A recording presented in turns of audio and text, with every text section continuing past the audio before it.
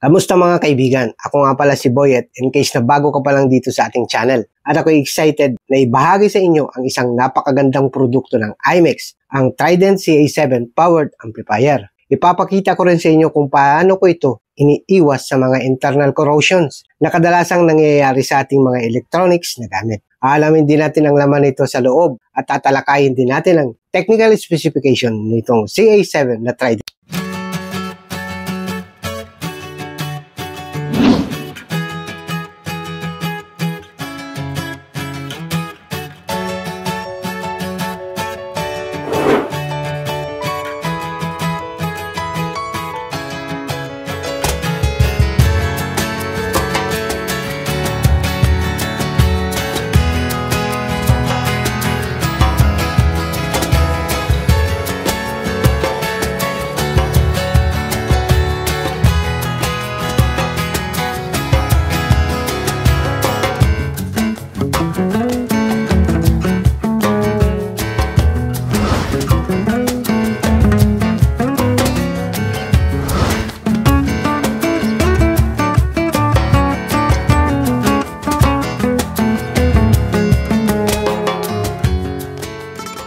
Ngayon naman mga Lods, tingnan natin ang laman nitong CA7 ng Trident.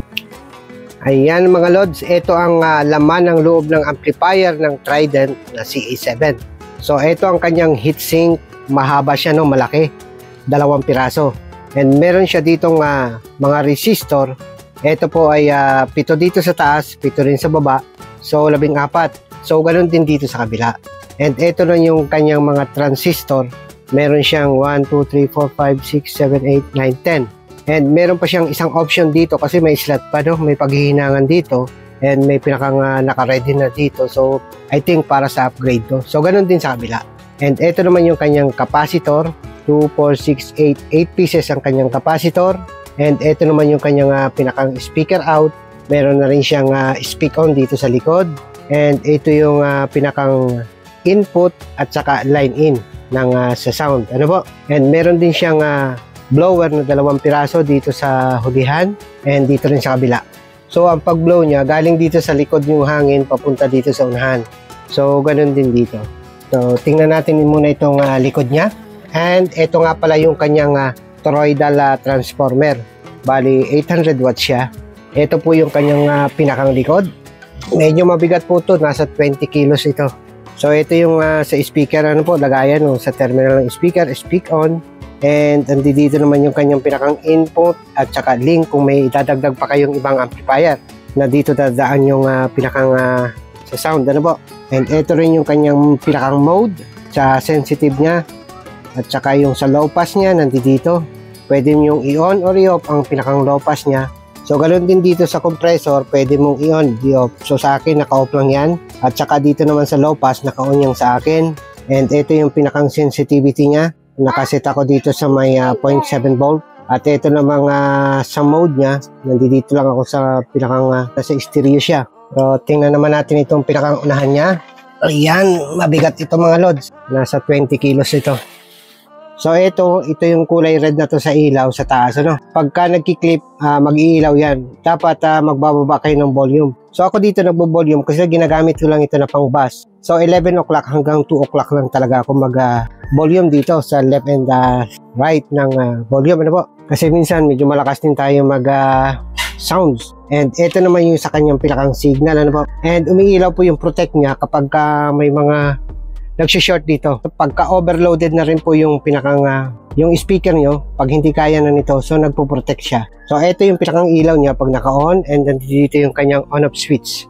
So ayan po ang nilalaman nitong CA7 na Trident. So ito yung nilinisan ko kasi nga dinumihan ng aking mga alaga dito, ano. So ganyan lang po ako maglinis ng amplifier. Nililinis ko yung loob upang maiwasan ang kanyang mga corrosion, ano, magkaroon ng corrosion. Kasi pag may corrosion, dyan mag-uumpisa ang pagiging grounded ng ating sound system. Kaya kinakailangan natin itong linisan talaga. So ito medyo napabayaan ko kasi naging busy, kaya ito na ihian ata sa taas yung pinakang cover niya nung mga alaga namin ditong mga kuting.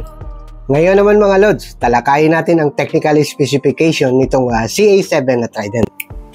Una, ito ay original na IMEX na kilala sa kanyang kalidad at pagiging mapapagkatiwalaan. Ang CA7 ay gawa sa purong tanso, nangangahulugan na matibay ito at may mahusay na kalidad ng sounds. Ito ay mayroon ding 450 watts times 2 RMS, kaya't malakas at malinaw ang tunog na iyong maririnig.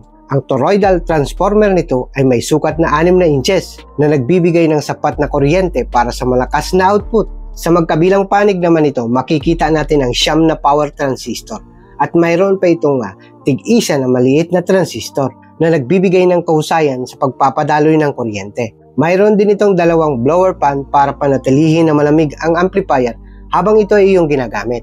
At ito ay magandang ipares sa CLX15 speakers. Pero dito sa aking setup mga lods, ang ginamit ko na speaker ay Tsunami Live 15 speakers. 2 piraso nakalagay sa dalawang sub-scoop speaker box.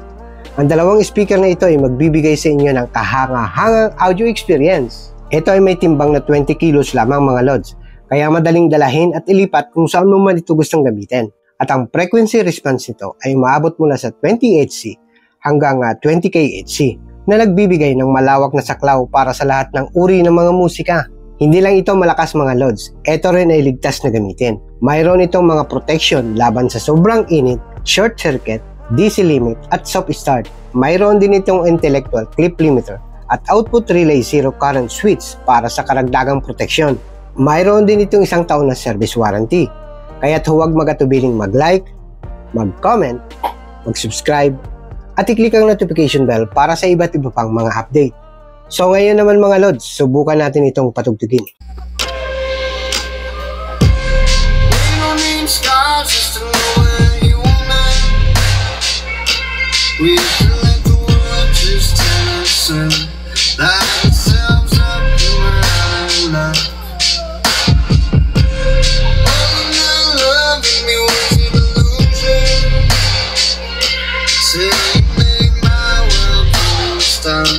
Turn me around and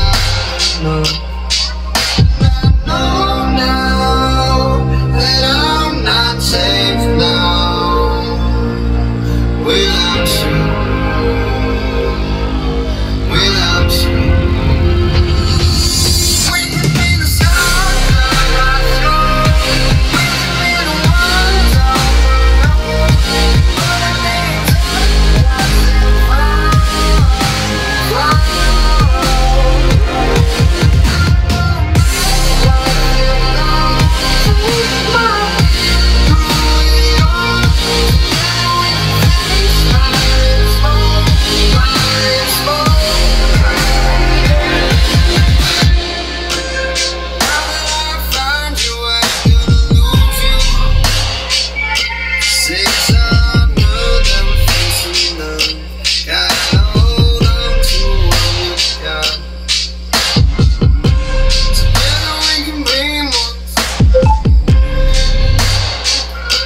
strong.